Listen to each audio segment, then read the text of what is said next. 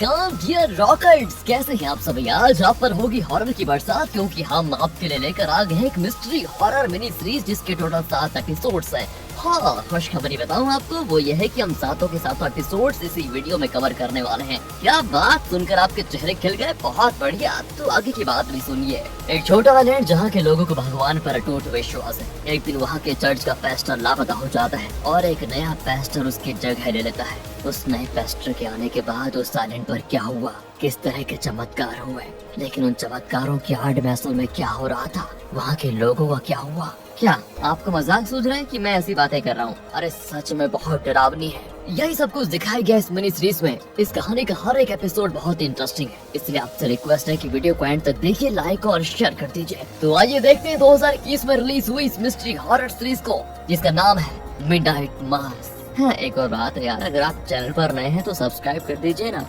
कहानी की शुरुआत होती है कार में, जिसमें रिले नाम का एक आदमी कहीं पर जा रहा है, लेकिन रास्ते में वो अनजाने में एक कार का एक्सीडेंट कर देता है, जिसमें स्पॉट पर ही एक लड़की की मौत हो जाती है। रिले दोस्तों असल में एक पार्टी से लौट रहा था और उसने बहुत ही शराब पी रखी थी। उसे अपने किए पर पछतावा होता है और वो कोर्ट में कबूल कर लेता है कि मैं ड्रंक था और ड्राइव कर रहा था, जिसकी वजह से वो एक्सीडेंट हो गया और वो लड़की मर गई। दोस्तों जज उसको उसकी किए की 4 साल की सजा सुना दे। जेल में रोज रिले को उस लड़की का लहूलुहान रूप दिखता है, जिसकी मौत दोस्तों उसके हाथों हो गई थी एक्सीडेंट में। खुद को गुनहगार मानते हुए इसी पछतावे में वो जेल में सजा काट रहा होता है। इस तरह 4 साल बीत जाते हैं और रिले की सजा भी खत्म हो जाती है। अब वो अपने घर जाने वाला है, जो कि क्रॉकेट आइलैंड नाम के एक आइलैंड पर है। फिलहाल इस आइलैंड की कुल जनसंख्या सिर्फ और सिर्फ 127 है। तो रिले के रिलीज होने की खबर सुनकर रिले के पेरेंट्स बड़े खुश होते हैं। रिले का एक छोटा भाई भी है जिसका नाम है वॉरेन। उसे रिले के वापस आने की कोई खास खुशी नहीं होती दोस्तों, और वो रोज की तरह अपने 2 साथियों के साथ कहीं से नशीला पदार्थ खरीद कर उनका सेवन करने के लिए जाता है। रास्ते में इनके दोस्त का घर पड़ता है, जिसका नाम लीजा है दोस्तों। वो बेचारी चल नहीं सकती और व्हील चेयर पर ही घूमती रहती है। वॉरेन उससे भी बुलाता है पर वो मना कर देती है। इसलिए वॉरेन और उसके दोस्त रात को एक टूटी फूटी नाव लेकर क्रॉकेट आइलैंड के पास वाले एक छोटे आइलैंड पर जाते हैं। वहाँ पर रात के अंधेरे में कई टिमटिमाती भी आंखें नजर आती है। असल में उस आइलैंड पर कैट्स बहुत ज्यादा है ना, और ये टिमटिमाती आंखें उनकी ही है दोस्तों। कई साल पहले 4-5 कैट्स को इस आइलैंड पर छोड़ दिया गया था, लेकिन आज यहाँ उनकी संख्या बहुत ज्यादा है। इस छोटे आइलैंड को कैट आइलैंड भी कहा जाता है वैसे देखा जाए तो। वॉरेन का एक दोस्त कहता है कि अरे ये कैट्स काटते तो नहीं है क्या? तो दूसरा कहता है कि 100 साल पहले यहाँ पर कई लोगों को दफनाया गया था, उन्हीं की लाशों को ये कैट्स खाकर पनप गए होंगे, मुझे तो डर लग रहा है। वॉरेन कहता है कि अबे पागल, 100 साल पहले दफनाए हुई लाशों का तो स्केलेटन बन गया होगा ना, उन्हें कैट्स कैसे खा सकते हैं? इतना ही नहीं, जब तूफान वगैरह आता है ना, तो हमारे घर के पीछे वो समुद्र तट पर स्केलेटन्स पड़ी हुई मिलती है, और मैंने सुना है कि वो इसी आइलैंड से बहकर वहाँ पर आती है, और तुम वो की फालतू बातें कर रहे हो कि वो कैट्स स्केलेटन को खाती है। इस तरह बातों बातों में वो एक जगह पर पहुँच जाते हैं, जहाँ बैठकर वो रात भर आराम से शराब पीते हैं और नशा भी करते हैं दोस्तों। अचानक उन्हें मॉन्स्टर जैसा कुछ दिखता है और वो डर जाते हैं पूरी तरह, लेकिन वो कोई बड़ा कैट होगा ये सोचकर वो अपना डर वहीं पर खत्म कर लेते हैं। सीधे अगली सुबह आ जाइए दोस्तों, क्रॉकेट आइलैंड के पेस्टर को दिखाते हैं, जिसका नाम है डेविड। पता है कोई उसके घर के अंदर एक बड़ी पेटी लाकर रख देता है, फिर वो उस पेटी को खोलता है। ये कौन है और इस पेटी में क्या है ये फिलहाल नहीं बताया जाता। अगले सीन में रिले को दिखाते हैं, जो एक शिप पर क्रॉकेट आइलैंड पर आता है। उसे रिसीव करने के लिए उसकी माँ एनी आई होती है। दोनों एक दूसरे को देखकर बहुत खुश होते हैं, क्योंकि बहुत टाइम के बाद मिल रहे होते हैं। माँ रिले को प्यार से गले लगा लेती है। वहाँ पर बेव नाम की एक औरत को दिखाते हैं, जो कि क्रॉकेट आइलैंड के चर्च की बहुत ही अहम सदस्य है। वो शिप के कैप्टन से कहती है कि हमारे चर्च के पेस्टर लापता है, क्या वो आपके शिप में कभी चढ़े थे क्या, मतलब आजकल? कैप्टन तो इसका नाम है जवाब देता है। अब रिले और एनी अपने घर की ओर चलने लग जाते हैं दोस्तों। उनके पीछे बेव होती है। यहाँ से सीधे आइलैंड के इकलौते हॉस्पिटल को दिखाते हैं, जहाँ पर सारा नाम की डॉक्टर एक प्रेग्नेंट औरत का स्कैन कर रही होती है। इस औरत का नाम आपको बताता हूँ, इसका नाम है एरिन, जो कि क्रॉकेट आइलैंड की स्कूल की टीचर भी है दोस्तों। वो डॉक्टर सारा बताती है कि देखिए बच्चा एकदम नॉर्मल है, फिक्र की कोई बात नहीं है। तभी दोस्तों एरिन खिड़की से देखती है कि रिले रिलीज हो चुका है और अपनी माँ के साथ घर जा रहा है। असल में एरिन और रिले बचपन के बहुत ही अच्छे दोस्त थे दोस्तों, बहुत ही क्लोज फ्रेंड्स मतलब। अचानक वहाँ पर सारा की माँ आती है और सारा से पूछती है कि मेरा रूम तो ऊपर था ना, तुमने मेरी चीजें नीचे क्यों शिफ्ट की? तब सारा बताती है कि देखिए आप नीचे गिर गई थी और आपकी कमर पर चोट भी आ गई है, ऊपर चढ़ नहीं सकती ना आप, इसीलिए नीचे वाले कमरे पर शिफ्ट करा दिया है और कोई बात नहीं है। बाहर दोस्तों रिले और उसकी माँ घर जा रहे होते हैं और रास्ते में पुलिस स्टेशन आता है। वहाँ पर हसन नाम का एक पुलिस ऑफिसर होता है जो कि क्रॉकेट आइलैंड का शेरिफ है। वो पूछता है कि क्या यही है आपका बेटा? एनी तो बड़ी खुश दिखती है दोस्तों और कहती है हाँ शेरिफ आज ही रिलीज हुआ है। ठीक है बहुत बढ़िया। ये कहकर हसन अंदर चला जाता है दोस्तों। अब आप देखोगे तो उसने एक शराबी को लॉकअप में बंद करके रखा हुआ है। जब उसकी नींद खुलती है तो पूछता है आपने मुझे अरेस्ट क्यों किया? हसन कहता है कि तुम्हें मैंने अरेस्ट नहीं किया, कल रात तुमने खूब पी के रखी हुई थी और बड़बड़ा रहे थे कि मैंने भूत देखा, मैंने मॉन्स्टर देखा। बता भी तुमको सड़क पर पड़े हुए थे तुम, मैंने तुम्हें उठाकर यहाँ सुलाया है, समझे? एक बात बताओ, ये शराब पीना छोड़ क्यों नहीं देते तुम? ये कहकर दोस्तों वो लॉकअप खोलता है और हसन और शराबी दोनों स्टेशन के बाहर आते हैं। अच्छा डॉगी पसंद है आपको? लेकिन इस शराबी को पसंद है इसका एक डॉगी भी होता है जो बैब को देखकर भौंकने लग जाता है दोस्तों। अब बैब ठहरी चर्च की प्रमुख सदस्य, वो हसन से कहती है कि ये कुत्ता बड़ा खतरनाक है, तुरंत इसको क्रॉकेट आइलैंड से बाहर कर दो।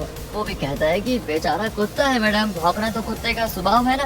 बैब दोस्तों चली जाती है सुनकर और शराबी भी कुत्ते को लेकर निकल जाता है। रुकिए अभी आपका इंटरेस्ट बढ़ने वाला है। घर पहुंचकर रिले एनी से पूछता है कि माँ यहाँ पर सिर्फ 127 लोग ही क्यों हैं? बाकी लोग कहाँ गए? एनी कहती है कि बेटा 3 साल पहले एक बड़ा ऑयल शिप लीक हो गया था और समुद्र में पूरा तेल फैल गया। क्रॉकेट आइलैंड के चारों तरफ समुद्र में रहने वाले लगभग सारे फिश मारे गए और फिशिंग ही तो हमारे लोगों की रोजी रोटी थी। इस ऑयल लीकेज की वजह से उस पर पूरी तरह पानी फिर गया और तो और कई तरह के इन्फेक्शंस, बीमारियां, बहुत सारी चीजें होने लग गई।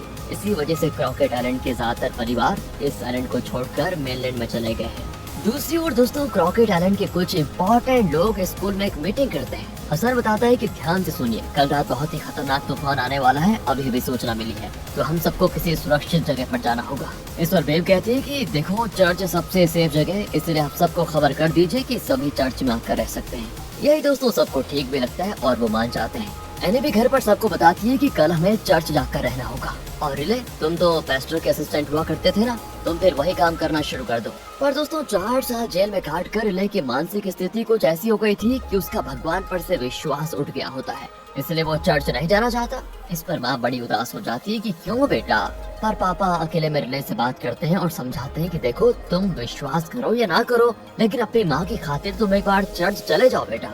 तुम्हें पता है जब तुम जेल में थे तो तुम्हारी माँ रोज चर्च जाकर प्रार्थना करती थी कि तुम जल्द रिलीज हो जाओ। तब दोस्तों रिले भी मान जाता है कि माँ के लिए तो मैं कुछ भी कर लूंगा, मैं माँ के लिए चर्च जरूर जाऊंगा। दूसरी ओर कैट आइलैंड को दिखाते हैं जहाँ पर एक कैट झाड़ियों के पास से गुजर रही होती है, लेकिन दोस्तों तभी न जाने कहां से एक रूप उसको खींचकर मार डालता है। यहाँ से क्रॉकेट आइलैंड में दिखाते हैं कि डेविड के घर पर लाइट जल रही है। बेब को लगता है कि शायद डेविड जो लापता था वो वापस आ गया है। वो जाकर दरवाजा खटखटाती है और अंदर से कोई जवाब नहीं आता। बेब के पास उस घर की चाबी होती है तो वो दरवाजा खोलकर अंदर जाती है। वहाँ सामान वैसा का वैसा पड़ा होता है और एक बड़ी पेटी रखी होती है। हमने पहले देखा था ना कि किसी ने डेविड के घर में ये पेटी रखी थी, तो बेब उस पेटी को खोलने जाती है कि अचानक वहाँ एक आदमी आ जाता है। असल में ये चर्च का नया पेस्टर है दोस्तों, जिसका नाम है पॉल। अगली सुबह सभी चर्च में होते हैं क्योंकि आज संडे है और सूचना के अनुसार आज रात को तूफान भी आने वाला है। तो चर्च का नया पेस्टर पॉल बताता है कि सुनो, चर्च के पहले पेस्टर डेविड बहुत बीमार पड़ गए और फिलहाल शहर के हॉस्पिटल में उनका इलाज चल रहा है, इसलिए मैं यहाँ पर आया हूँ। फिर दोस्तों वो लोगों के लिए प्रार्थना करता है और लोग भी प्रार्थना में शामिल हो जाते हैं, लेकिन रिले एकदम चुपचाप बैठा होता है। पॉल सबसे बहुत ही प्यार से बात करता है और लोग उसको बहुत मानने भी लग जाते हैं। वो लीजा का भी हालचाल पूछने लगता है। पॉल ने ये भी देख लिया था कि रिले ने प्रार्थना नहीं की और एनी सिचुएशन को संभालते हुए पॉल को बताती कि देखिए ये मेरा बेटा है, अभी जेल से छूटा है और जरा तनाव में है, इसलिए नहीं करी इसने प्रार्थना। फिर रिले दोस्तों अपनी बचपन की फ्रेंड एरिन से मिलता है और दोनों की बातों से हमें पता चलता है कि वो इसी आइलैंड में रहना चाहते हैं। असल में एरिन ने इस आइलैंड से बाहर जाकर शादी की थी और प्रेग्नेंट भी हो गई थी पता है, लेकिन उसकी मैरिड लाइफ में कुछ समस्याएं हुई जिसकी वजह से उसको वापस इसी आइलैंड पर लौटना पड़ा। रिले भी दोस्तों ये आइलैंड छोड़कर शहर में काम करना गया था, लेकिन वहाँ ड्रंक एंड ड्राइव करके वो जेल चला गया, लेकिन अब वो इसी आइलैंड पर रहने के इरादे से आया है। अब रात होती है और तूफान अपना असर दिखाने लग जाता है। तेज हवा और घनघोर बारिश हो रही होती है। ज्यादातर लोग चर्च में ही होते हैं, लेकिन रिले और उसका परिवार घर पर होते हैं। तो रिले खिड़की से बाहर देख रहा होता है तो वहाँ पर पुराना पेस्टर डेविड दिखाई देता है। वो अपने पेरेंट्स को भी बताता है, पर वो कहते हैं कि डेविड बुजुर्ग थे, अगर वो वापस आ भी गए हैं तो इतने आंधी तूफान में वो बाहर तक नहीं निकल सकते। जरूर बेटा तुम्हारा वहम होगा। पर दोस्तों रिले से रहा नहीं जाता और वो तुरंत बाहर जाता है तो वहाँ सच में डेविड खड़ा होता है, लेकिन रिले को देखते ही वो उससे दूर भागने लगता है। अब रिले की कुछ समझ में नहीं आता, वो घर लौट आता है। अगले दिन जब तूफान का नामो निशान नहीं होता तो वो देखते हैं कि घर के पीछे यानी समुद्र तट पर ढेर सारे कैट्स मरे पड़े होते हैं। और जैसा वॉरेन ने पहले कहा था कि जब भी तूफान आता है तो कैट आइलैंड में दफनाई हुई लाशों के स्केलेटन्स पानी में बहते हुए हमारे घर के पीछे आ जाते हैं। उसी तरह दोस्तों यहाँ पता चलता है कि कैट आइलैंड पर जरूर कुछ है जो इन कैट्स को मार डालता है, और इसी वजह से मरे हुए कैट्स बिखर कर यहाँ पर आ गए हैं। अब मेयर कहता है कि इस आइलैंड के सारे लोग चर्च आते हैं, अगर आप भी चर्च आते हैं तो वो आपसे घुल मिल जाएंगे, आप पर उनका विश्वास और बढ़ेगा। देखिए हमारा आपका मजहब अलग हो सकता है, लेकिन आप चर्च को लोगों से मिलने की कोई जगह समझकर कभी भी आ जाएं। इस तरह सब आपको जानेंगे और आप भी लोगों को जान पाएंगे। आखिर आपको काम तो उन्हीं के लिए करना है ना। फिर दोस्तों वो जांच करते हैं कि कहीं ये कैट्स किसी बीमारी की वजह से तो नहीं मर गए, पर लाख जांच करने के बाद भी इनकी समझ में नहीं आता कि इन कैट्स के साथ क्या हुआ। रिले बताता है कि कल रात मैंने पेस्टर डेविड को देखा था, लेकिन मुझे देखते ही वो भागने लगे। और दोस्तों कहाँ इस बात पर कोई विश्वास नहीं करता। अगले सीन में लीजा को दिखाते हैं जो चर्च में होती है। असल में लीजा क्रॉकेट आइलैंड की मेयर की बेटी है दोस्तों, और अक्सर चर्च में प्रार्थना करने के लिए आती है। बाद में वो पॉल के साथ बात करते हुए बाहर आती है और तब सामने से शराब भी अपने कुत्ते को लेकर आ जाता है, पर लीजा को देखते ही वो दूसरी तरफ जाने लगता है। असल में शराब के नशे में एक दिन उसने गलती से लीजा के पैरों पर शूट कर दिया था, जिसकी वजह से अब उम्र भर लीजा चल नहीं सकती, उसे व्हील चेयर के सहारे ही जीना होगा। इसके बाद पॉल सारा के घर पर आता है, उसकी बूढ़ी माँ के लिए प्रार्थना करता है। जब वो ठीक थी ना तो रोज चर्च जाया करती थी, लेकिन अब वो ठीक से चल नहीं सकती और उनकी नजर भी कमजोर हो गई, इसलिए पॉल उनके लिए प्रार्थना करने उनके घर पर आ गया है दोस्तों। फिर पॉल के जाने के बाद उसी रात सारा की माँ की नजर बेहतर होने लग जाती है। अगले दिन एरिन को दिखाते हैं जो स्कूल में होती है और ग्लास क्लीनर को लेने जाती है। वहाँ वो बैब को देखती है दोस्तों जिसके हाथ में पॉइजन होता है। एरिन पूछती है तो बैब बताती है कि मेरे घर में चूहे परेशान कर रहे थे, उन्हीं के लिए मैं रेड पॉइजन लेकर जा रही हूँ। अगली सुबह सभी चर्च में होते हैं क्योंकि आज एस्टर है। प्रार्थना के बाद पॉल सभी के लिए खाने का भी इंतजाम करता है। इसी बीच वो रिले से कहता है कि इस आइलैंड पर बहुत कम लोग रहते हैं, लेकिन उनमें से कई लोग खासकर जवान लड़के नशे के आदी हो गए हैं। तुम ड्रंक एंड ड्राइव करके जेल की सजा काट कर आए हो, लेकिन कम से कम तुम सुधर तो गए। हमें अपने लोगों के लिए कुछ ऐसा करना चाहिए, कोई ग्रुप बनाना चाहिए जिससे कि वो नशा छोड़ दे, शराब की आदत को छोड़ दे। वो देखो उस शराबी को देखो, पीना बंद ही नहीं करता। तो इनकी बातों के बीच दोस्तों वहाँ पर शराबी को दिखाते हैं जिसका कुत्ता अचानक मर जाता है। जांचने पर पता चलता है कि किसी ने उसको जहर दे दिया है। अब ये जानकर एरिन को दोस्तों बैब पर शक होता है, क्योंकि उसने बैब के हाथ में जहर देखा था। ऊपर से बैब को इस कुत्ते से नफरत भी बहुत थी। एरिन को लगता है कि शायद बैब ने इस कुत्ते को जहर देकर मार डाला, लेकिन दोस्तों वो किसी को कुछ नहीं बताती क्योंकि उसके पास इसका कोई ठोस सबूत नहीं है ना। लेकिन ये छोड़िए, हसन को भी बैब पर शक होता है और वो उससे पूछताछ करता है, पर अगर उसने मारा भी होता तो क्या वो सच बताएगी? नहीं यार, वो कहती है कि वो तो रेड पॉइजन था जो मैंने अपने घर में रखा हुआ है, मुझे उस कुत्ते से कोई दुश्मनी थी क्या? नहीं। लेकिन दोस्तों इसी बीच शराबी को भी बैब पर शक होता है कि इसने मेरे कुत्ते को मार डाला। दूसरी ओर रिले, वॉरेन और उसके पापा फिशिंग करने जाते हैं। जहाँ पहले ढेर सारे फिश मिला करते थे, वहाँ पर अब उस तेल लीक की वजह से बहुत ही कम फिश मिलते हैं। उस रात दोस्तों रिले पॉल से अकेले में बात करता है और बताता है, मुझे नहीं लगता कि भगवान नाम का कुछ इस दुनिया में है।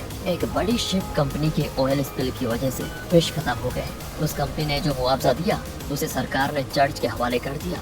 उन पैसों से चर्च बड़ा होता जा रहा है, लेकिन हमारी रोजी रोटी का कोई इंतजाम नहीं हुआ। दोस्तों ये सारी बातें सुनकर पॉल रिले को शांत करने की कोशिश कर रहा होता है। दूसरी ओर एरिन को दिखाते हैं जिसे खिड़की के बाहर एक अजीब रूप दिखता है और तब उसकी ब्लीडिंग शुरू हो जाती है। वो घबराकर डॉक्टर सारा से मिलती है, पर वो चेक करके कहती है कि डरने की बात नहीं है, बच्चा ठीक है, ब्लीडिंग रुक जाएगा। इसी बीच दोस्तों सारा की माँ को भी खिड़की पर वही रूप दिखता है और वो तुरंत घबरा जाती है। सारा उनको फिर दिलासा देती है कि माँ ये आपकी महज एक कल्पना होगी, वहाँ पर कोई नहीं है, दूसरी ओर दोस्तों एक आदमी कहीं पर जा रहा होता है और तभी एक पुराने मकान से कोई आवाज आती है। वो अंदर जाता है तो अचानक कोई रूप उसे पकड़कर अंदर खींच ले जाता है। न जाने उसके साथ क्या हुआ दोस्तों। अगले दिन चर्च में कुछ लोग आए होते हैं। लिसा भी व्हील चेयर पर बैठी होती है। अचानक पॉल लिसा से कहता है कि तुम उठकर यहाँ पर आओ और ये प्रसाद ले लो।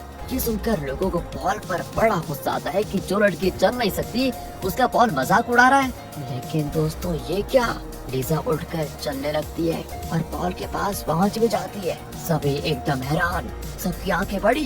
फिर पॉल बाहर चला जाता है और बेब उसके पीछे जाती है। तब दिखाते हैं कि पॉल खून की उल्टी कर रहा है दोस्तों।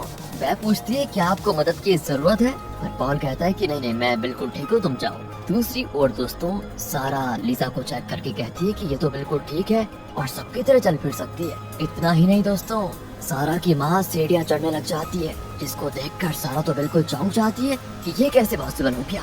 तब उसकी माँ बताती है कि बेटा अब मेरी कमर में कोई दर्द ही नहीं है और मेरी नजर भी बहुत तेज हो गई है। अगले दिन दोस्तों लिसा अपने पैरों पर चलकर स्कूल जा रही होती है, जिसको देखकर आइलैंड के लोग तो बिल्कुल चौंक जाते हैं। कुछ ही देर में पॉल के घर के बाहर कई लोग आकर अपने दुख बताते हैं और कहते हैं कि सिर्फ पॉल ही हम सबको पार लगा सकता है, हमारे दुख को दूर कर सकता है सिर्फ पॉल। तो बेब उनसे कहती है ठीक है आप लोग एक काम करिए, रोज चर्च आ जाइए, सबके दुख दूर हो जाएंगे। फिर क्या था दोस्तों, अगले दिन चर्च में और ज्यादा लोग आते हैं और हर एक की बीमारी और दुख धीरे धीरे कम हो जाता है। कमाल है यार। प्रार्थना के बाद पॉल सबको वाइन देता है जिसमें वो कुछ पता नहीं क्या मिलाता है, पर अचानक पॉल बेहोश हो जाता है। सारा उसे चेक करके कहती है कि नहीं इनको मामूली सा फीवर है, बस थोड़ा आराम करेंगे तो ठीक हो जाएगा। दूसरी ओर लिसा उसे शराबी के घर पर जाती है और कहती है देखिए अब मैं चल सकती हूँ, मैं पहले जैसी हो गई हूँ, मैंने आपको माफ भी कर दिया है, इसलिए आपको शर्मिंदा होने की जरूरत नहीं है, जो हुआ उसको भूल जाइए और शराब छोड़ दीजिए प्लीज। दोस्तों ये सुनकर शराबी का जी बहुत हल्का हो जाता है, बहुत ही हल्का। दूसरी ओर हसन अपने बेटे का स्कूल बैग चेक करता है दोस्तों, तो उसमें बाइबल होता है। वो सीधे स्कूल जाता है और कंप्लेंट करता है कि देखिए मुझे किसी भी मजहब से कोई प्रॉब्लम नहीं है, लेकिन मेरे बेटे को आप जबरदस्ती बाइबल क्यों पढ़ा रहे हैं। अब दोस्तों इस स्कूल की इंचार्ज बेब है, तो वो कहती है कि हम अपने सारे स्टूडेंट्स को बाइबल जरूर देते हैं क्योंकि इस स्कूल को चर्च चलाता है, लेकिन इसे पढ़ना या ना पढ़ना स्टूडेंट्स की मर्जी है। अगर आपका बेटा इसे नहीं पढ़ना चाहता तो ना पढ़े, इसमें हमें कोई एतराज नहीं है। अब दोस्तों हसन घर जाकर बेटे से पूछता है तो वो तो कहता है कि पापा मेरे सारे फ्रेंड्स चर्च जाते हैं, मैं भी जाना चाहता हूँ। पर बेटा तुम चर्च क्यों जाना चाहते हो ये बताओ। वो इसीलिए पापा की लिजा जो चल नहीं पाती थी, भगवान की शक्ति से अब वो चल फिर सकती है। देखिए हसन कहता है कि बेटा भगवान की शक्ति से कुछ नहीं होता, जो होता है वो प्रकृति के नियम के अनुसार होता है। चलो मान लिया कि लिसा भगवान की शक्ति से ठीक हो गई, लेकिन हमने भी तो भगवान से लाखों बार मिन्नतें मांगी थी ना कि तुम्हारी माँ ठीक हो जाए, पर वो ठीक हुई नहीं ना, कैंसर ने उसकी जान ले ली। देखो बेटा हम इसलिए भगवान की प्रार्थना नहीं करते कि वो हमारे दुख को दूर करे या हमारे हाथ पैर को ठीक कर दे, हम प्रार्थना सिर्फ इसीलिए करते हैं कि हम अच्छे इंसान बनकर जिए, ऐसा कुछ ना करें जिससे कि खुद को या दूसरे जीव जंतुओं को कोई नुकसान पहुँचे। भगवान पर विश्वास करना बुरा नहीं है, लेकिन जब ये विश्वास बढ़कर अंधविश्वास बन जाता है तो हम भटक जाते हैं। इसीलिए अच्छा काम करो, किसी की बुराई मत करो, तुम्हारी जिंदगी देखना अपने आप अच्छी हो जाएगी। इस तरह दोस्तों बेटे को एडवाइस देकर हसन खिड़की के पास जाता है तो वहाँ पर एक रूप दिखता है उसे भी, जो अचानक गायब भी हो जाता है। दोस्तों यहाँ पर हसन को भी थोड़ा घबराहट होती है कि पता नहीं क्या देख लिया मैंने। दूसरी ओर दोस्तों शराबी को दिखाते हैं जिसने नशे में लिसा पर गोली चलाई थी और अपने अपराध का बोझ कम करने के इरादे से वो और पीने लगा था दोस्तों, वही शराबी। लेकिन कल जो लिसा उसके घर पर आई थी और उसने कहा था कि मैंने तुम्हें माफ कर दिया है, तो अब देखिए उसका दिल बहुत ही हल्का हो चुका है और वो शराब छोड़ने के लिए रिले और पॉल की मीटिंग में जाता है। अब दोस्तों यहाँ से हम ना इसको शराबी नहीं कहेंगे, ओके, आप भी ध्यान रखना, इसको कहेंगे हम Michael. Michael is equal to शराबी, ओके।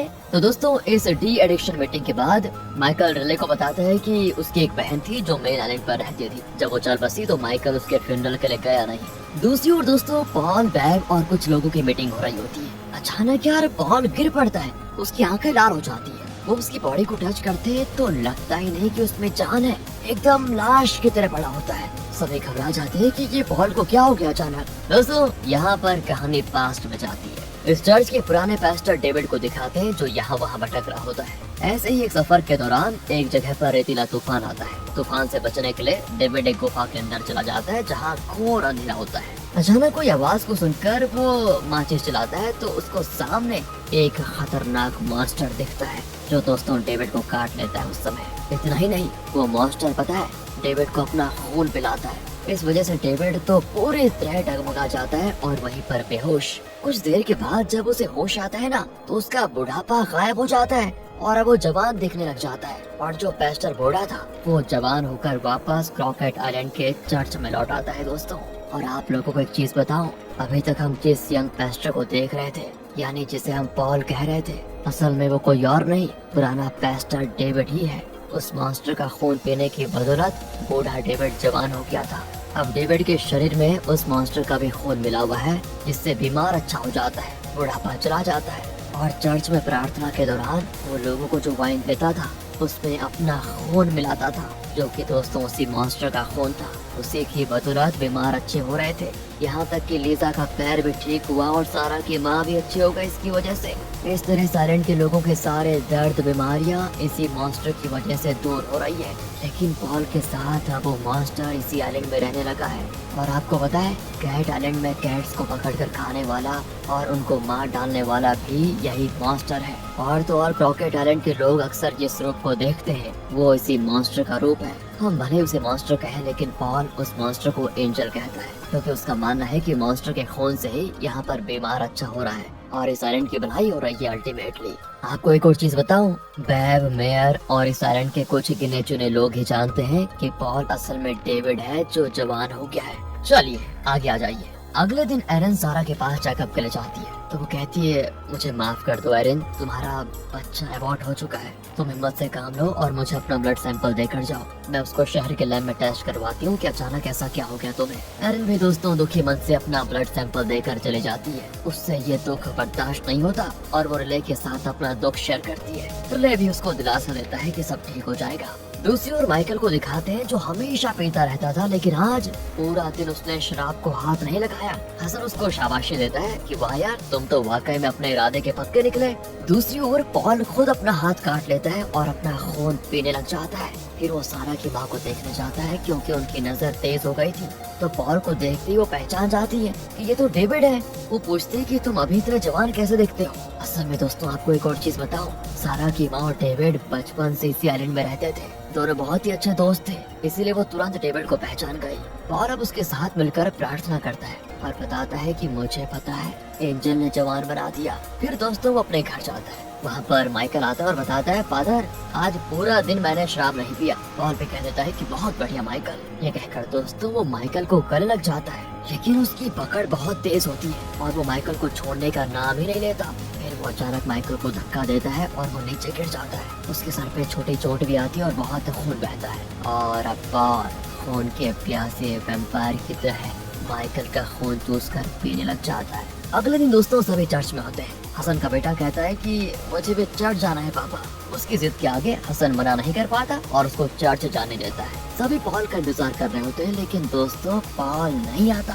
बेव पॉल के घर पर जाती है तो वो एक कोने में बैठा होता है और उसके मुंह में खून लगा होता है। खून दोस्तों वो ये भी देख लेती है कि माइकल मरा पड़ा हुआ है और वो समझ जाती है कि यहाँ पर क्या हुआ।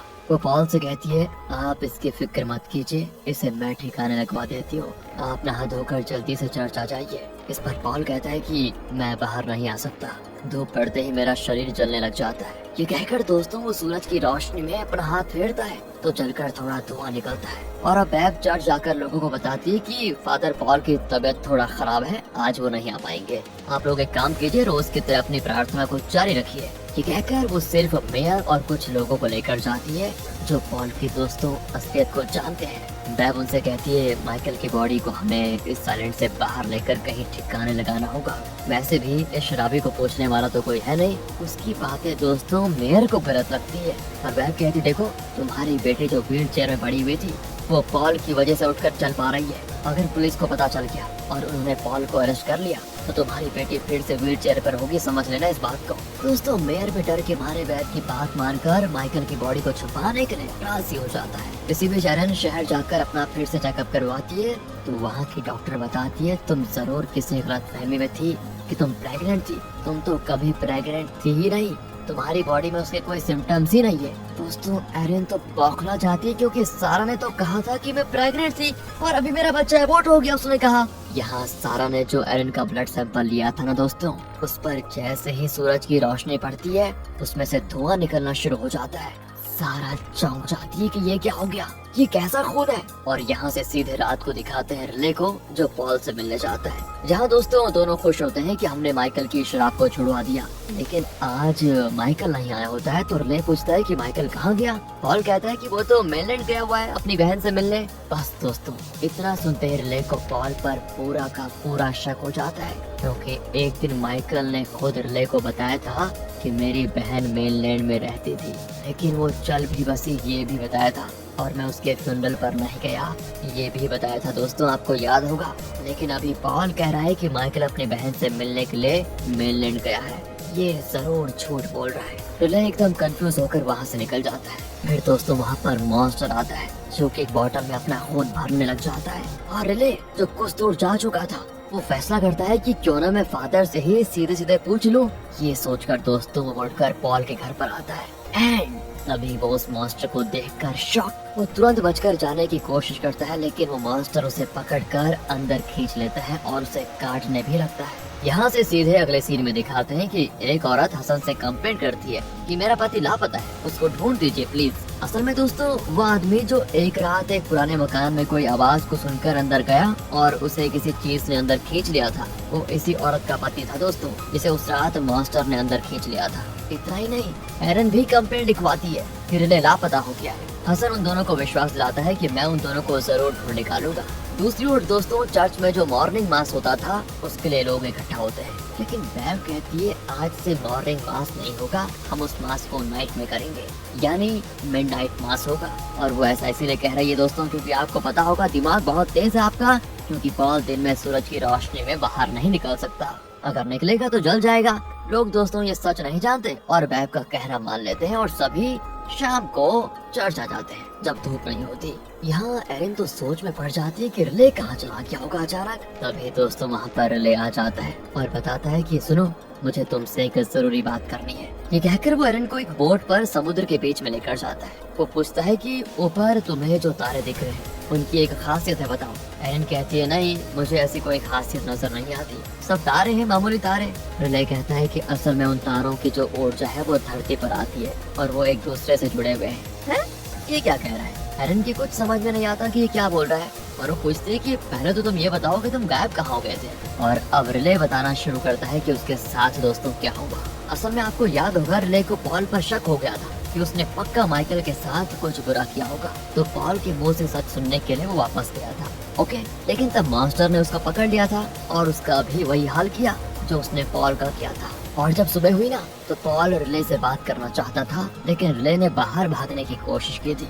पर पता है जैसे उस पर धूप पड़ी उसका शरीर जलने लगा और वो वापस अंदर आ गया था। और तब पॉल ने रिले को अपनी पूरी असलियत बताई कि मैं ही प्लास्टर डेविड हूँ, उस मास्टर का खून पीने की वजह से ही मैं जवान हो गया हूँ और अब भगवान की दी हुई वो शक्ति तुम्हें भी मिली है। लोगों की भलाई के इस पुण्य काम के लिए भगवान ने तुम्हें भी चुना है। दोस्तों उसकी ऐसी बहकी बातें सुनकर रिले का तो सर चकराने लग जाता है, लेकिन वो पूछता है कि सच बताओ माइकल के साथ क्या हुआ था। पॉल बताता है कि उसे मैंने मार डाला और उसका खून भी मैंने पिया है। ये सुनकर रिले को पॉल पर बड़ा गुस्सा आता है और तभी बैब उसके पास आती है तो देखिए रिले भी बैब को काटकर उसका खून पीने की कोशिश करता है। और पॉल कहता है कि देखा तुम्हें भी इसका खून पीने का मन किया है ना, मेरे साथ भी यही हो रहा है और अगर हमें लोगों की भलाई करनी है तो उन सबको अपने जैसा बनाना होगा, इसीलिए मैं वाइन में अपना खून मिलाकर सबको देता हूँ। अब देखो सबकी बीमारियाँ दूर हो चुकी है, बाकी बचे लोगों को भी हमें अपना खून पिलाकर अपनी तरह बनाना होगा और यही होगी भगवान के प्रति हमारी परम सेवा। तुम सोच समझ कर अपना फैसला मुझे बता देना। ये कहकर वो रिले को जाने देता है। दोस्तों तब तक शाम ढल चुकी थी और बाहर सूरज की रोशनी भी नहीं होती। रिले सीधे एरिन से मिलने गया और फिलहाल उसे बोट में लेकर समुद्र के बीच बैठा उसे ये सारी बातें बता रहा है। लेकिन एरिन को उसकी बात पर विश्वास ही नहीं होता। रिले कहता है कि जब सुबह होगी तो तुम खुद ही अपनी आंखों से सच देखोगी और मैं तुम्हें यहाँ पर ये बताने के लिए लेकर आया था कि तुम जल्द से जल्द इस आइलैंड से बच जाओ। कुछ ही देर में सूरज उगना शुरू हो जाता है और उसकी रोशनी पड़ते ही रिले वहीं पर जलकर मर जाता है। दोस्तों और एरन तो चिल्लाना शुरू करती है क्योंकि अब वो जान चुकी है कि रिले का कहा एक एक शब्द सच था। वो तुरंत सारा से मिलती है और उसे सब बताती भी है। सारा को भी उसकी बात पर पूरा विश्वास हो जाता है क्योंकि उसकी अपनी माँ, जिसे पॉल ने अपना खून पिलाया था, वो एकदम जवान हो गई है।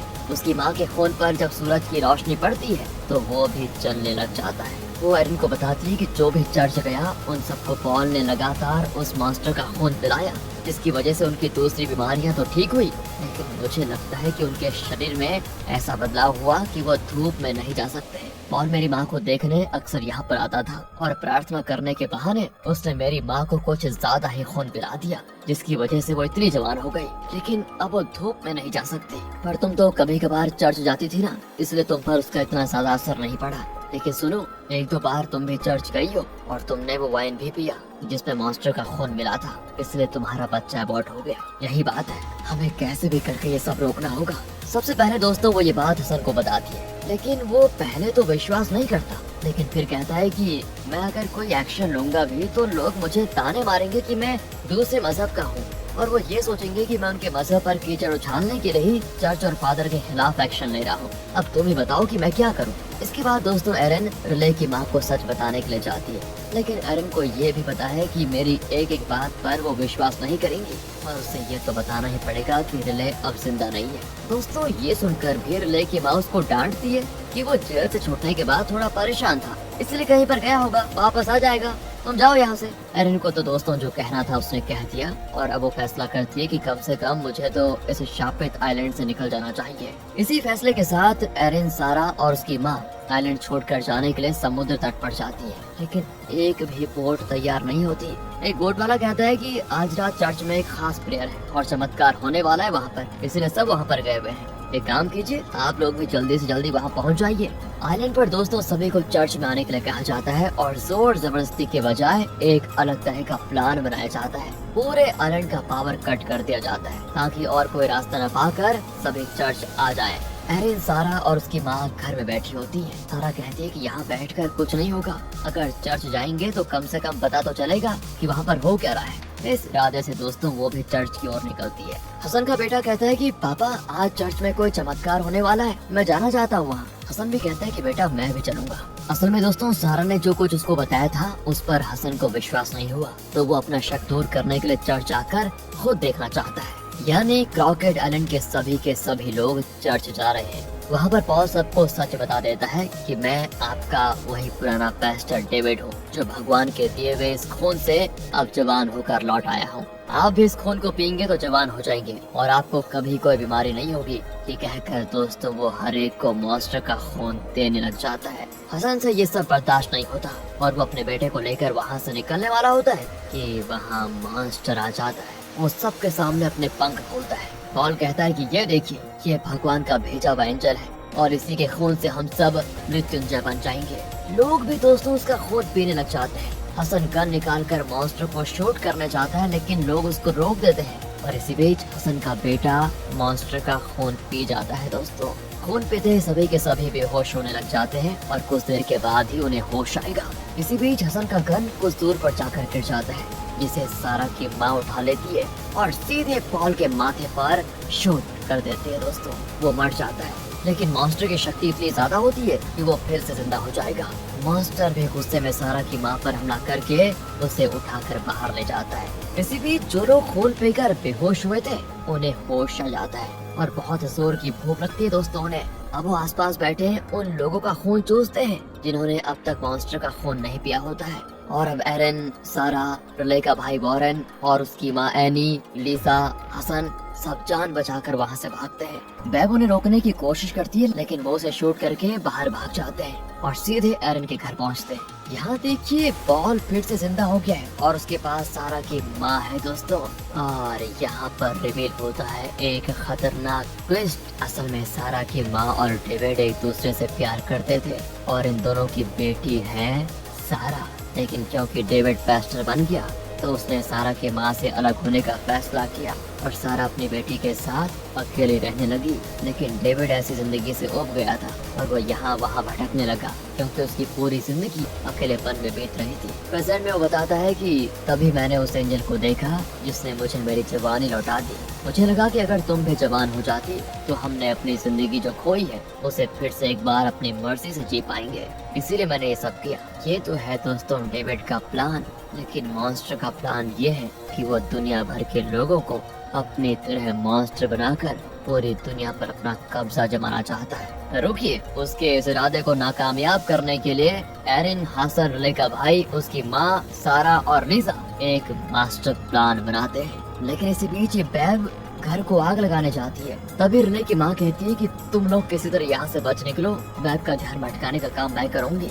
ये कहकर वो बेब से बात करने लगती है और इसी बीच बाकी लोग वहाँ से बच निकलते हैं। इसके बाद रिले की माँ एक चाकू से खुद अपना खात्मा कर देती है और अब क्रॉकेट आइलैंड के जो लोग मॉन्स्टर का खून पीकर खुद मॉन्स्टर बन गए थे वो क्रॉकेट आइलैंड छोड़कर मेनलैंड जाने वाले हैं ताकि वहाँ के लोगों को भी मॉन्स्टर बना सके। एरन की टीम के समझ में नहीं आता कि जब एक भी बोट चल नहीं रहा है तो मॉन्स्टर्स मेनलैंड जाएंगे कैसे। तभी सारा कहती है कि शायद बोट्स काम कर रहे हैं, लेकिन उन लोगों ने जानबूझकर हमें बोट्स नहीं दिए। हमें अब कैसे भी करके मॉन्स्टर्स को रोकना होगा। ये फैसला लेकर वो बोट्स पर पेट्रोल डालकर उनको जला देते हैं दोस्तों, और सिर्फ एक बोट बचा होता है। वॉरेन और लीजा माइकल के घर जाते हैं क्योंकि उसके पास गन थी। वो गन ले लेते हैं, लेकिन फिर देखते हैं कि वो मॉन्स्टर वहाँ किसी का खून पी रहा है। वो उसे शूट करते हैं पर उसे कुछ नहीं होता दोस्तों, और ना ही वो कोई रिएक्ट करता है। लगता है जब मॉन्स्टर किसी का खून पी रहा होता है तो उसे किसी भी चीज का होश नहीं रहता, और इसी मौके का फायदा उठाकर दोनों बाहर आ जाते हैं और घर में आग लगा देते हैं। आग और गर्मी उसे बर्दाश्त नहीं होती और वो वहाँ से उठकर बाहर निकल जाता है। यहाँ लीजा और वॉरेन एक छोटे बोट में चढ़कर समुद्र के बीचों बीच चले जाते हैं। फिलहाल ये दोनों तो सेफ है दोस्तों, लेकिन एरन, हसन, सारा वगैरह आइलैंड पर ही है। उनका मकसद ये है कि यहाँ से एक भी मॉन्स्टर मेनलैंड ना जा पाए, वरना वो पूरी दुनिया को मिटा देंगे। इसीलिए वो आइलैंड के हर घर को जला देते हैं ताकि जब सुबह होगी तो मॉन्स्टर सूरज की रोशनी से बचने के लिए घरों में जाकर छुप ना जाए। और सारा चर्च में भी दोस्तों पेट्रोल डालने लग जाती है ताकि उसको भी जला दे। तब वहाँ पर पॉल आता है, यानी डेविड, और वो सारा को रोकने की कोशिश नहीं करता और कहता है कि मैं गलत रास्ते पर चला गया था, तुम जो कर रही हो वही ठीक है, और मैं तुम्हें ये बताना चाहता हूँ कि मैं तुम्हारा पिता हूँ बेटा। इतना कहते ही कोई पीछे से सारा को शूट कर देता है और वो नीचे गिर जाती है और मौत से लड़ रही होती है। उसकी माँ वहाँ पर पहुँचती है और इसी बीच दोस्तों पॉल अपना हाथ काट कर ना अपना मॉन्स्टर वाला खून उसको पिलाने की कोशिश करता है, पर सारा उसको थूक देती है क्योंकि उसे लगता है कि एक मॉन्स्टर बनकर जिंदा रहने से तो अच्छा है कि इंसान की तरह मरना। आखिर सारा मर जाती है दोस्तों, वेरी बैड। पर हाँ, सारा चर्च जलाने के लिए आई थी ना, और अब सारा की माँ और पॉल उसका ये मकसद पूरा करते हैं और चर्च को जला देते हैं। फिर वो अपनी बेटी को उठाकर एक छोटे से पुल के पास लेकर जाते हैं जहाँ वो बचपन में खेला करती थी। दोनों बड़े दुखी होते हैं। दूसरी ओर मॉन्स्टर को दिखाते हैं। अब बेब इनकी लीडर बन चुकी है दोस्तों। वो सबको एक शेल्टर के पास लेकर आती है जहाँ वो सेफ रहेंगे, वरना सुबह होते जलकर मारे जाएंगे सब। और उस जगह को भी हसन जलाने की कोशिश करता है, लेकिन बेब तो हसन को शूट कर देती है और वो भी मरने की हालत में होता है। इसी बीच एरन उस शेल्टर को जलाने की कोशिश करती है, पर इतने में दोस्तों मॉन्स्टर वहाँ पर आ जाता है और एरन को काट कर उसका खून पीने लगता है। और जब मॉन्स्टर खून पी रहा होता है ना तो उसे बाकी किसी चीज का होश नहीं रहता, इसीलिए एरन एक चाकू से उसके पैर काटने लगती है। यहाँ बेब और दूसरे मॉन्स्टर्स शेल्टर के अंदर जाने लग जाते हैं कि दोस्तों तभी हसन का बेटा लाइटर ऑन करके शेल्टर के अंदर फेंक देता है और पूरा शेल्टर जलने लग जाता है। और इन मॉन्स्टर्स के पास सर छुपाने की कोई जगह नहीं है। सुबह होने में थोड़ी देर बची होती है। ये जानकर मॉन्स्टर उड़कर मेनलैंड जाने लग जाता है दोस्तों, लेकिन क्योंकि एरन ने उसके पर भी काट दिए थे तो वो ठीक से उड़ नहीं पाता। फिर भी जैसे तैसे वो उड़कर समुद्र के बीच तक पहुंच जाता है। उसे बोट पर बैठे वॉरेन और लीजा देखते हैं और सोचते हैं कि क्या ये सूरज उगने से पहले मेनलैंड पहुंच जाएगा। शायद नहीं, क्योंकि दोस्तों वो बहुत ही धीमी गति से उड़ रहा होता है। कुछ ही देर में सूरज उगने लगता है और पूरे आइलैंड पर उसकी रोशनी पड़ती है। सारे मॉन्स्टर्स जलकर राख हो जाते हैं। एरिन को भी मॉन्स्टर ने काट दिया था, जिसकी वजह से वो खुद भी मॉन्स्टर बन गई थी और सूरज की रोशनी से वो भी जल जाती है। सारा की माँ और पॉल जो मॉन्स्टर्स बन गए थे वो भी मारे जाते हैं। दूसरी ओर हसन को गोली लगी थी, तो वो मरने से पहले आखिरी बार अल्लाह को एक बार याद कर लेता है दोस्तों, अपने भगवान को मतलब। लेकिन यहाँ मॉन्स्टर का खून पीने की वजह से हसन का बेटा भी मॉन्स्टर बन गया था, तो वो भी मर जाता है। इसी तरह क्रॉकेट आइलैंड के सभी लोग मर जाते हैं, सिर्फ लीजा और वॉरेन जिंदा बचे होते हैं। अचानक लीजा कहती है कि मैं अपने पैरों को महसूस नहीं कर पा रही हूँ। तभी वो देखते हैं कि फटे हुए पर की वजह से वो मॉन्स्टर सूर्योदय से पहले मेनलैंड नहीं पहुंच पाया था और सूरज की रोशनी पड़ते ही जलकर मर गया था। इसी मॉन्स्टर के खून से डेविड जवान बना था दोस्तों, और उसी की शक्ति से लीजा का पैर ठीक हुआ था, याद है ना आपको। लेकिन अब वो जलकर मर गया है तो उसकी शक्तियाँ भी नष्ट हो जाती हैं। इसी वजह से अब लीजा पहले की तरह हो जाती है, मतलब चल नहीं पाती। लेकिन हाँ, कम से कम जिंदा तो बच गई और अब ये दोनों इस बोट में मेनलैंड पहुंच जाएंगे और एक नई जिंदगी की शुरुआत करेंगे। इसी उम्मीद के साथ दोस्तों ये मिनी सीरीज यहाँ पर खत्म होती है। अगर आपको ये वीडियो अच्छी लगी, स्टोरी अच्छी लगी, एक्सप्लेनेशन अच्छा लगा हो तो लाइक कीजिए, ज्यादा से ज्यादा शेयर करें। मिलते हैं आपसे अगली वीडियो में, ध्यान रखिएगा अपना। Thanks for watching.